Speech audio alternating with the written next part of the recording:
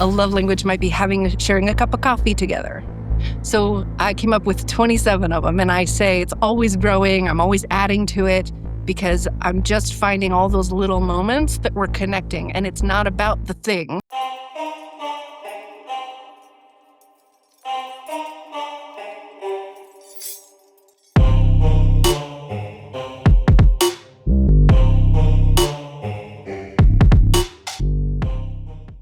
I once introduced a book into my abusive relationship, and I hoped so much that this book would help. The 5 Love Languages. It seemed so amazing. It was recommended to me by a friend. And then that book was used as a weapon against me. So I want to talk about that book, and I have invited Nat LaJune, who is an expert on sexual coercion and marital coercion, to come into this conversation because you've got some really profound things to say on this. I've watched really so much of your content, and I absolutely love it. But tell us a little bit about you and your content. Okay. Well, when I first got to TikTok in 2020, I had not put myself on the internet much at all. I had, those glossy Instagram pictures where you're trying to hide what's really going on behind the scenes. So I didn't think anybody would see it. So I just thought I'll just record a couple videos on the floor of my bedroom really quietly. And I started talking about what was going on in my home. And over the next few weeks, one of my videos went viral. And somebody in the comments over those next few weeks said, that sounds like sexual coercion. That's not okay. And then that sparked something. And I said, that is a thing. I've heard of that. And I started to go down a rabbit hole researching that. And because I initially thought it wasn't anything to do with marriage, right? I thought that was just, college kids dating. I'm way beyond that. Now that I'm married, it's a thing you kind of have to do. I started to talk about, wait a minute, this isn't right. What's happening to all these women, what happened to me for 20 years, right? So I started to talk about what sexual coercion looks like and how it's different in marriage. And that became accidentally a platform based on marital coercion, which I kind of made up on the fly in a video. And it made hashtag and a website. It became a thing. So now we talk about that almost every day. New women discovering it for the first time. Yeah, it's devastating because I remember, and I've probably said this to you before, I was like, okay, he was abusive financially, he was abusive emotionally, physically.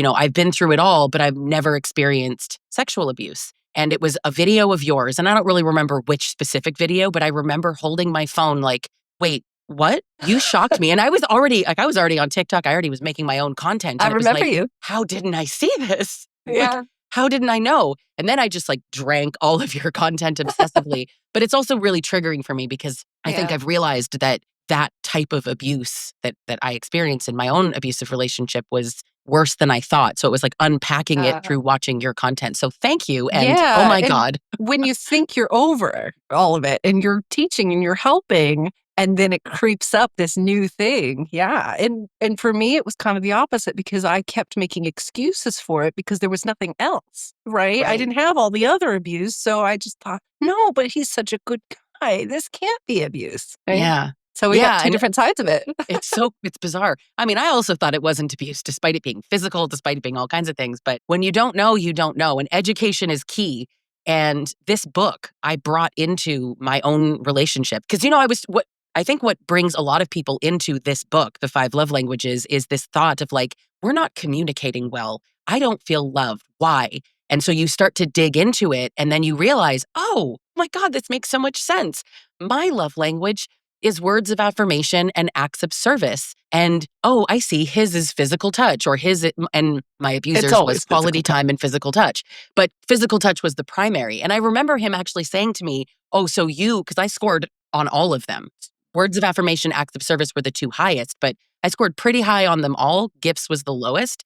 And then he was like, so you need all this. You need so much to feel loved. And I was like, no, the book says you're supposed to see it as lucky you. I feel loved in so many different ways that you don't actually have to do one specific thing. It's supposed to make you feel free to love me in so many different ways. But it was like, oh, so you just need me to fill your head up with compliments. You're insecure. You need validation because I liked words of affirmation. And I'm like, is it weird that you want your partner to say, you look nice today? Or I just couldn't understand.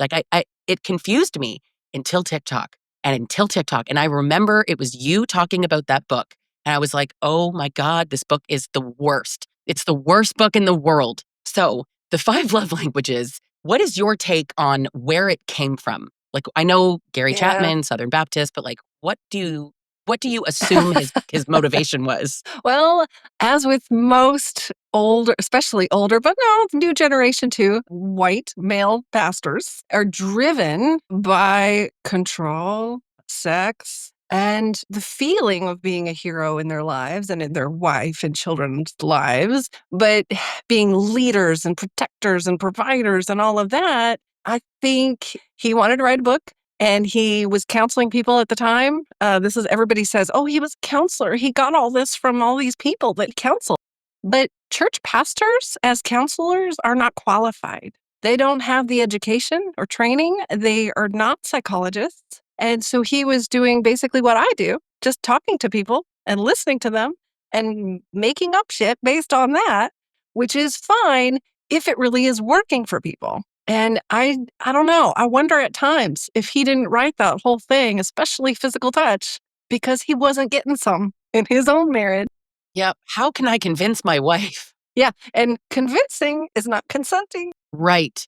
I mean, I swear I could do a whole episode on the difference between persuasion and coercion, but that aside, I also think that he started this to sort of get something. And it's the framework of it. It seems so genius.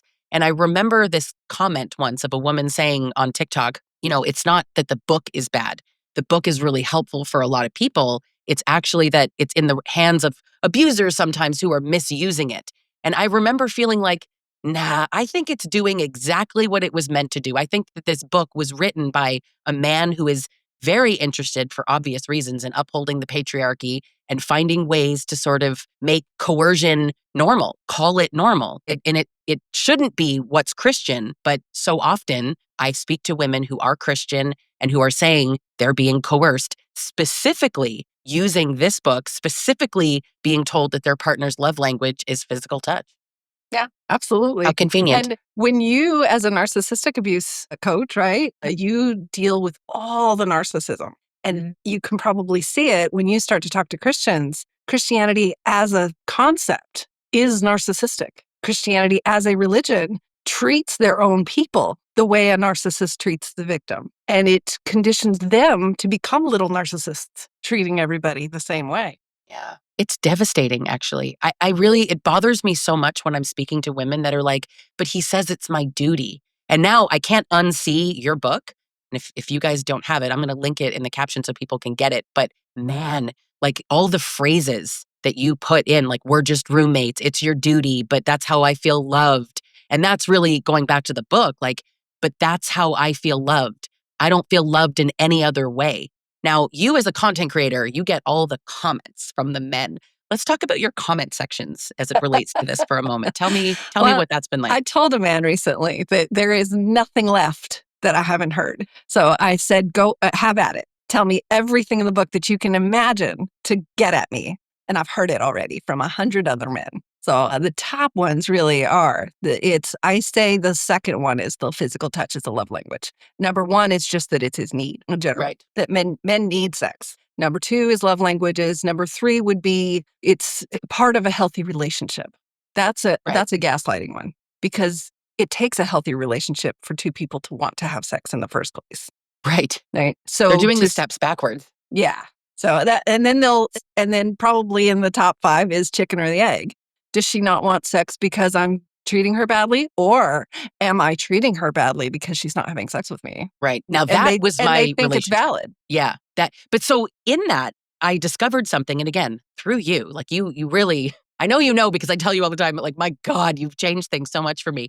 But the transaction in that, I have to earn his kindness through giving him my body. And it's like, I don't know why that men can't see it that way. And then they'll say, oh, you're using do the dishes as a transaction. And I'm like, but you told me that I needed to earn your kindness. So why don't you need to earn? And nobody wants it to be transactional. That's gross. But it becomes transactional when you say, be nice to me, and then I'll sleep with you. I gotta say, it's actually perpetuated by society as a whole. And that I came across a video recently where I had a bunch of women coming at me and attacking me and this woman I don't believe was being coerced, but she made a video. This hit the For You page, was viral. And she was saying something about, I wake up in the morning and give my husband head, and then he'll do all the chores today. But the way she said it was just sort of like, this is what she does, but not because she doesn't want to. She does want to, but it was a joke. It was a funny, ha. I can get my husband to be my dancing monkey all day because I do this one little thing for him in the morning. And hey, ladies, do this for your husband and you can have the trick pony too, right? But women in the comments were pushing back, victims, saying, hey, wait a minute, you can't be telling women this because they have to still want to do it. And you can't make it transactional because you're feeding into those men saying, hey, give me some and then I'll do this stuff. And then they're withholding chores and things to get sex. And all these women came after me for calling that out myself to say, hey, this is probably not okay to say to women. It's not just, I've settled down. I used to say it's just bad what they're saying. But in a consensual situation, it's still toxic and uncomfortable for me. And I would never do it. But that's their marriage. If that's how they are, that's fine. I just don't think you should be putting that out there as the standard or the norm, right? Yeah. But it is. It is very normal for women to do that. Like, I don't even, yuck. I'm almost speechless. Like, ew. Because I don't like the idea of, listen, here, I have a trick. All you need to do is do this one act and then it'll make him perform. Because first of all, in my experience, that is a frigging lie. That absolutely won't work. So imagine trying that. Like, okay, it worked for her. High five. It didn't work for me. I wouldn't, even when I did, right? That was the test. It was like, do this and then I'll be nicer to you. And I was like, fine, let me try that. But then your body feels like really disconnected and gross while you're doing it. It's really, it's for because the women you don't want it. You don't actually because want you it, don't so want you're it. just doing it. Exactly. Well, she does want it, but here's the problem that I have with her and women like this. She does want it. She is consenting, and so she can't. We can't argue that's not consent. But what kind of man is saying he's okay with this? If I know good, decent men, and I think I haven't talked to them about this specifically, but I would think they would be mortified to know that this was the wife's motivation. Good men. Yeah. And it's manipulative on her part. It's manipulation. And he's going along with it, going for it for two reasons. Either he's just a superficial prick and he doesn't care about her, and he just wants to get sex, or he's actually the one being manipulated in this relationship. And maybe we need to get him some help. Right. Good point, actually.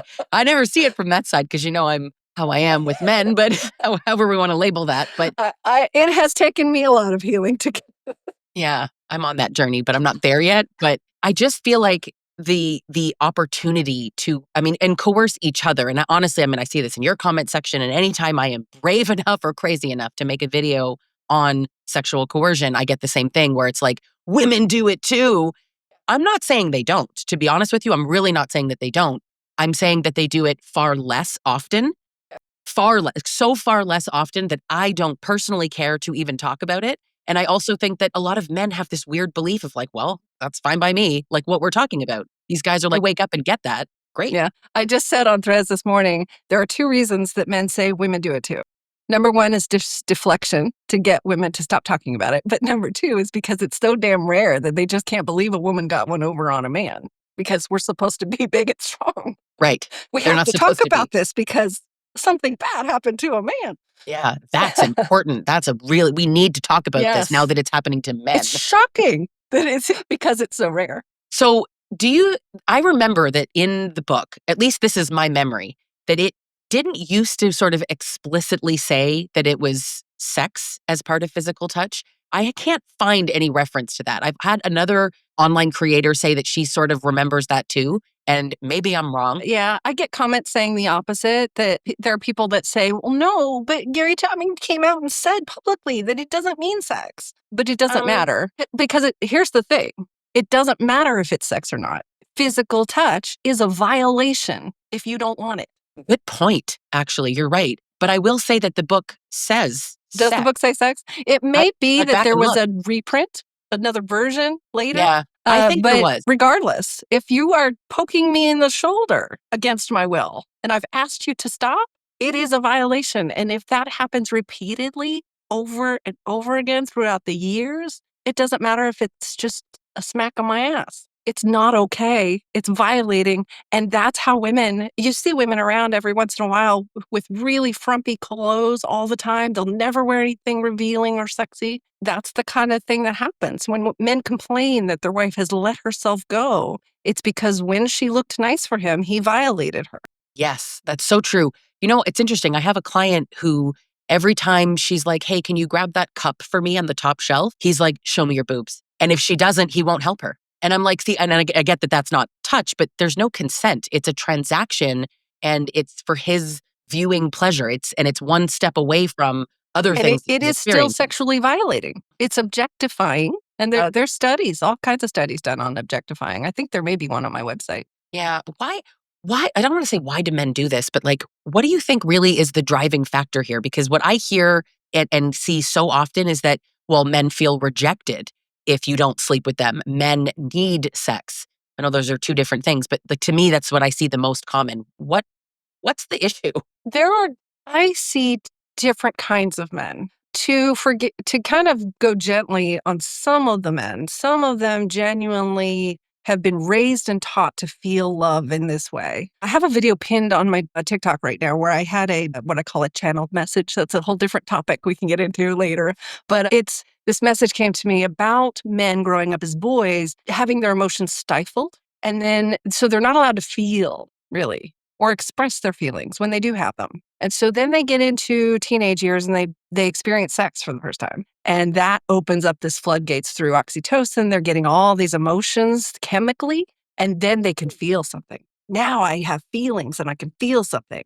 And it's always with a woman, right? So the more they go on through life in this cycle of, I can't feel, sex makes me feel. I'm not allowed to feel, sex makes me feel. They get in this conditioning where sex is the only way I can feel now. And I've experienced this firsthand with someone I dated. He could not express feelings outside of the bedroom. And he was very good, kind, nice man, treated women very well, would never have been coercive. But we had lots of conversations about this because of my content. And this was kind of how it was for him. He shut off and disconnected from his body when he wasn't having sex. And then it would wake up all of this emotion in him when he was having sex. So for those kinds of men, I don't think, sometimes I might say they're accidentally coercive.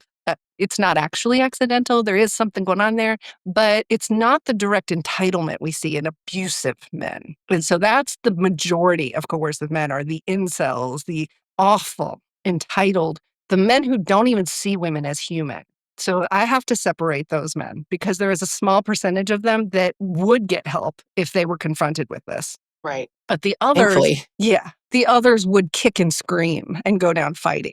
Because in those men, it's not that just that they weren't allowed to feel. They were told that that's totally normal and it's okay. And anyone who asks you to feel is just a bitch. And then you move on through life and sex, it's so normalized that sex is the way men feel that and women are not human. Women are objects for their desire. Men have told me, why would I get married except to have sex? What's the point? You know, if I can't get it from her, I'll get it somewhere else because she is just a vessel for sex and he can easily replace her with anyone else on earth. So it's Just as an aside, good luck. Good luck. Yeah. I don't actually think that men can replace their spouse so quickly like that. Like I really, A for effort, but good luck. They do try. I'm sure they do. And some cheat, right? And not all Yeah. men cheat, but the ones that do, and you see that as sort of like, but if you're not going to sleep with him, then you should be fine with him cheating. That's okay because you're not meeting his love language. Yeah. You're not meeting her love language. And then I know for me, it was this debate of like, what comes first? If mine is acts of service and words of affirmation and his is physical touch. Also, as an aside, remember I said also quality time. We don't need to talk about that though, because that's not sex. Yeah. So even though it was on the men list, can turn doesn't it matter. at all sexual. I have had men say, my love language is quality time in the bedroom. My love language is words of affirmation, telling me how hot and sexy I am in the bedroom. My love language is gifts, buying fancy lingerie for yourself for me to enjoy, right? So they can turn it all sexual. But going back to childhood for just a second, I think this is the whole point of the love languages. From my perspective, this is how I see it. Whatever your love language, that's what you didn't get enough of from your parents growing up. If your love language is words of affirmation, you were not given verbal praise as a child. If your love language is physical touch, you were not held and hugged and taken care of physically. You see where I'm going? Ooh. Your love language is gifts because you were poor and never got any. I bet there's a lot of truth to that. That actually just sound like I need to give that a think, but I like that. That makes Yeah. sense, you know? And Yeah. I mean, physical touch, right? It could be like a hug, nurturing, Mhm. what you're talking about. Even in a marriage, in a relationship, you can touch people like a back rub or holding hands or kissing or caressing or something that doesn't necessarily lead to sex. Yeah. But in my experience with my clients and with my own life, it always has to lead to sex. It isn't physical touch isn't really like I don't know why Gary Chapman just didn't say acts of service, gifts, and sex. Yeah. Like might as well why fluff it up and try to call it something else? I mean, I know the answer to mask what it really is, but Yeah. we've even talked about how really any of these love languages can be coercive because there's Mhm. always sort of like a threat of if you don't do this, then you don't love me. If you don't do this, then you don't care. So Mhm. it's how can you coerce your partner to perform in your way, in your love Yeah. language, to get what you want out of it? So it's riddled with coercion. Yeah. Horrible. Well, and that's why I said in a video recently that I don't trust anybody who talks about love language other than in terms of this is how I love others. I like to give gifts. I like to give people words of affirmation. I like to spend quality time with people and I like to give people hugs. That makes sense though. And that would be like not a red flag. That's a green flag because you're talking about what you give instead of centering yourself and Yeah. thinking about what you get. And it takes it from you have to give me this so I feel loved to I would really like to do this for you because this is how I express my love. Still can be coercive because my ex-husband used to say, "Well, I just want to love you. I just want to love my wife." And, so then I'm not allowing him to love me in Yeah. his Oh, so chosen I'm way, not right? allowed to wanna sleep with my Yeah. partner? So I'm Yeah. not even allowed to be attracted to you? Oh, wow. But it was like arguing with a toddler. It really like, It really there's no is. logic. I don't even know how to defend against that. Now, this version of me, this Lisa, I wouldn't bother. Like, I Yeah. wouldn't even I would leave. That version, I was like, "I don't know how to explain this. Let me try again. Let me make this make more Mhm. sense. Let's go to counseling. Let's." And it was just I was constantly trying to figure out, like, why does he see this as a transaction? Why do I have to earn kindness? You would Yeah. think and I would always say, "I don't know why it has to be this way." And he's like, "You just wanna go first. You want your needs met. You don't care if mine are met." And I'm like, "It just has to be that you go first. I have to feel the emotional connection. I can't explain it." Yeah. Now, I know so much more about psychology, and I don't care to explain it, but the safety has to exist first. That's how psychology works. That's how humans work. You need to feel safe, and you don't when you're being coerced. You didn't know what you knew before you knew what you knew. So true. I even say that now because it's like I blame myself for Yeah. not knowing. Like, why didn't I have the language to explain it? Better question, though, really is why did multiple couples counselors not have the language to help me explain it? It all just came down to communication and respect. And we were not really helped until one, which saved everything. That was total Well, saving. that's why it's so infuriating when men will say, "Well, just say no. You don't have to have sex with him. Just say no." Yeah, Like, there you go. I tell them, "Have you ever tried to say no to an angry man?" No, but you know what though? That isn't even fair because I have said that so many times. Like, unless you are a woman in a relationship with a man, because a man might say, yeah, I've said no to men before, but have you been a woman and said no to your husband before or your partner before? The answer is no, because you're a man. So you could never understand. It's the same thing with men saying, I have no idea who these men are that you women pick. They're your friends, they're your pastors, they're your workmates. They're like, stop it. Stop it right now because they're everywhere. You just don't know because you're not in the bedroom. And also, these men, not all, this category of abusive men, they don't necessarily talk about this with their friends, but if they did, they agree with each other. Yeah. They would just be their own little echo chamber. But also, backing up a second, even if a man is not this way, particularly, saying that you chose him is abuse to a woman. Even if he believes that he's a perfectly good guy, and I don't know where you found this idiot, it's still your fault. So that's still abusive. And he can deny that if he wants to, but it is. Yeah. The ones that deny the abuse, I'm convinced they know their behavior is bad.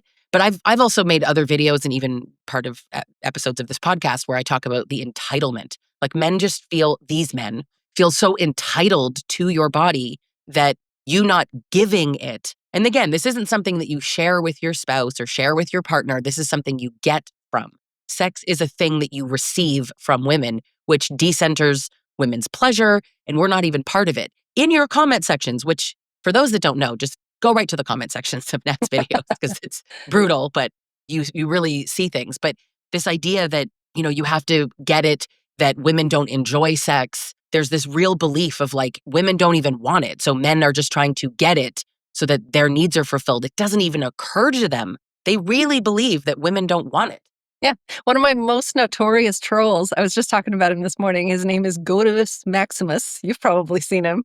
I've seen that. Godus Maximus.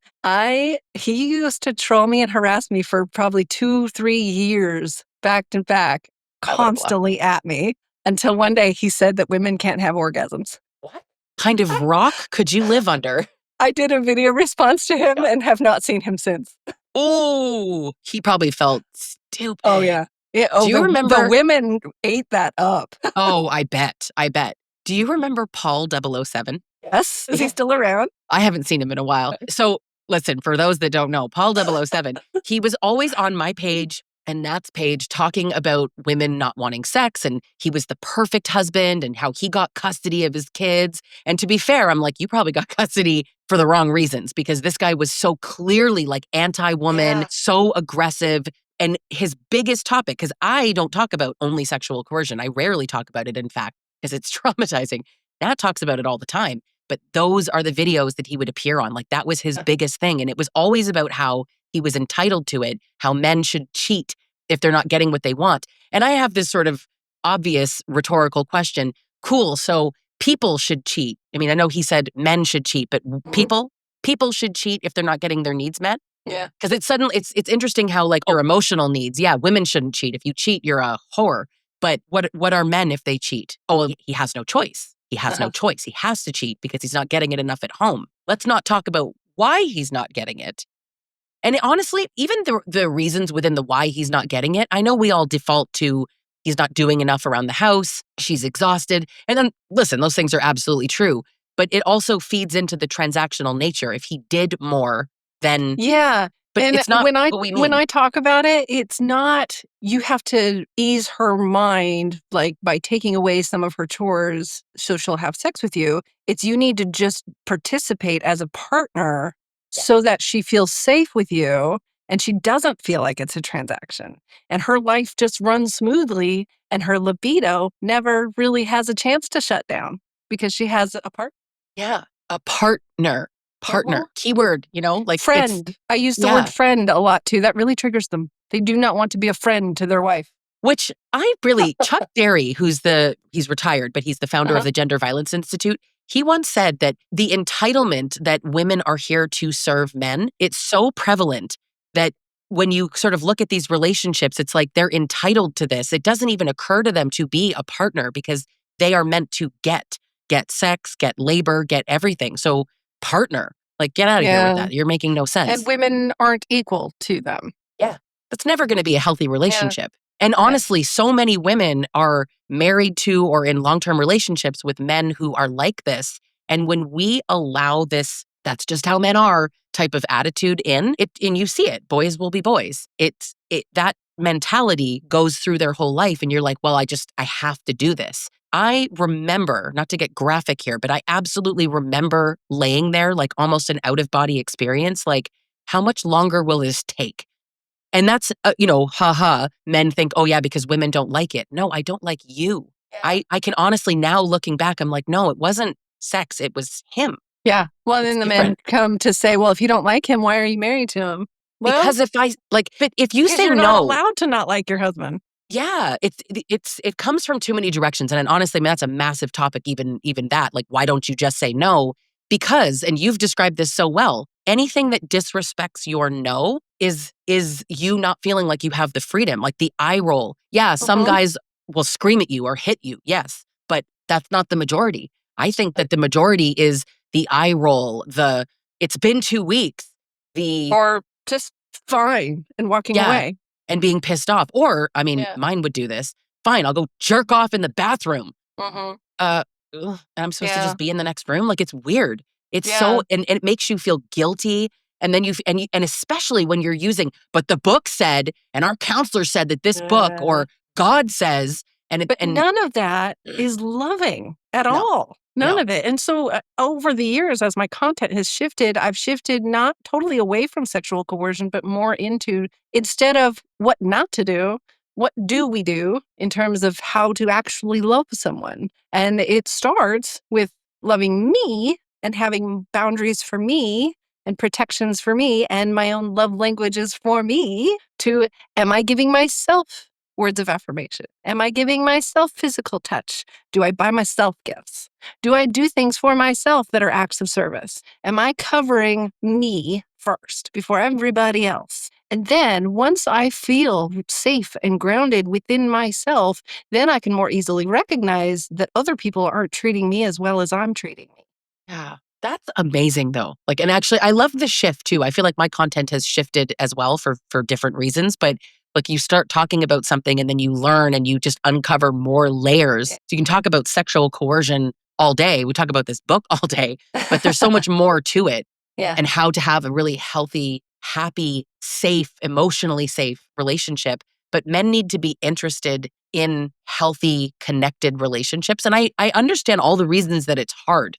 I really do. But also, like, suck it up and do what's hard, because that's what's going to get men better relationships with themselves and with their partners, and have lasting, happy marriages, not miserable. My wife doesn't even want to sleep with me. I don't even understand how men, and Paul 007 was this man, actually. I'll never forget this. It was like, just do it anyway. You can't just do this one thing for me. You got a headache? Just pop an aspirin. You know what I mean? Just get over it. What does it take? Like 5 minutes? Yeah. So I actually wrote a few months ago on my Substack, I wrote a piece called 27 Love Languages, because it started on Threads. A lot of conversation happens on Threads. And I just started listing the things that I love to do for people and that I love connection, not even services or things you do for and with people, but just times that I have been with a man and felt loved, felt a connection, something, just a glance from across the room in a crowded room. And I look at him, he looks at me, and you just know that nothing else matters in that moment. It's just us, right? That's a love language. A love language might be just running through the rain together. A love language might be sharing a cup of coffee together, whatever. So I came up with 27 of them, and I say it's always growing. I'm always adding to it, because I'm just finding all those little moments that we're connecting. And it's not about the thing. If I say my love language is having coffee together, I don't want a man to just be like, let's go get coffee because it's your love language. I just want that to happen naturally. And then we see each other in that moment, and it's a connection, and we know it. And that's it. That's all I need. Yeah, there's some simplicity to that. In my mind, when you're saying this, I'm literally picturing my own ex-abuser being like, oh my God, you're ridiculous. Fine, let's go get coffee. And then you go get coffee. Can we have sex now? I have to do 27 things to get sex. Right? That's 100%. Oh my God, you're ridiculous. This is brutal. You have so much. I would say, like, can we just spend time together? Yeah. Quality time, right? That's what you Yeah. said. And he's like, okay, fine, let's spend time together. And I'm like, okay, well, we could, like, what do you feel like doing? No, you come up with the thing. I'm like, okay, we could go to the movies. Oh my God, you're always spending money. It has to be free. It has to be on this day. It has to be this long. I'm like, okay. So, like, all we could do is a walk. We take a walk. Okay. Did we have sex that night after the walk? No, of course we didn't, because a walk doesn't work. And I'm like, oh my God, like, my anxiety of, like, how do I make him happy? Oh my God, it was too much. And I was you could exhausted. do 27 things together and still feel hated by that man. See, that's the thing. That man hated me. And in hindsight, it was so crystal clear. There was another content creator, Coach Shonda. She talks about, like, men hating their wives. And I never in my life thought about, my partner hates me. It never, like, what do you mean? We're together. But now I'm like, they can hate you. And actually, Chuck Derry, same person I was just talking about, yes, like, they can just not even like you. There are so many benefits for men to get married. They don't have to like you. That's not like, what? Like her? They don't. That's why when you talk about friendship, it's like you get the biggest reaction, because why on earth would a man be friends with a woman? But if you're socialized as a child to not run like a girl and don't be, too feminine, and you don't like women, so then you grow up and you want something from them, but you don't like them. So you don't want to take a walk in the rain. and have coffee and take walks. You want to get what you need, which I will die on the hill. They don't need it. Yeah, Controversial. no. And I have a video out there. I think last year I had a fake conversation with a man in which I said, it's actually this background behind me too. I said, "Do you like your wife?" And he goes, "I love my wife, but do you like her?" "I love her. It's different. But do you like her?" And he's just like, "No, it's love. It's different." So, but he I can wanna never like admit and love. he just doesn't like her. Yeah. Being in a healthy relationship now, like I've been with someone for 3 years, and I remember like 6 months in, actually, I sent you a text and I was like, "Guess what? He doesn't coerce me." Oh my God, Nat, you're not gonna believe this. I'm allowed to say no. Oh my God. And it makes me not wanna say no. Yeah. And you were like, "Amazing. I'm so I happy went for through you." that too. Yeah. I have a video of Valentine's Day where I had gotten an Airbnb for us and then started my period. And I was just like, "Oh, what do I do? This was for his birthday." And he was just totally cool about it. He was like, "That's all right. What's the big deal?" And he goes, "We can do other stuff." And then even like as we were planning it, he was like, "No, no, no, you just relax. I'll call them whatever and find out if they're open." And like, he's like, "You've got your period. You just relax." Oh my God. See? And I just want what the takeaway is from these 2 little mini stories is not all men. Yes. They're I not like all saying awful. not all men now. So do I. Oh, I used to be like, I will never say those words, but actually I will. I will say them all day long, but Not all only men to are be good. sarcastic. Yeah, Exactly. I'll say like, men are so smart and capable, but not all men. Not all men. Yeah. Yeah. Men are the first ones to tell us that it's all men, too. Like, all you need to do is, keep your man happy. It reminds me of that guy who did his wedding vows, right? He was standing up in front of his mother was officiating and all that. And he was like, you just need to keep his belly Drain his full and his balls. balls empty. I'm like, oh, it would immediate annulment. Yeah. Terrible. Yeah. But to me, I was like, all men? I'm just asking if it's all men, because you guys are constantly saying it's not all men, but is that all men? It is all men. But And it's really not. when they say men need sex, all men, Mhm. and they do, they say it's all men. Yeah. Well, cherry picking is And when they say need too, I say, but do you want a woman to sleep with you because she wants to, because she wants you and she just desires you and can't keep her hands off of you? Or because you need it? because it's Like, been 3 days and you get in trouble if you don't. yeah. I mean, I can't. is that how you want the sex to happen?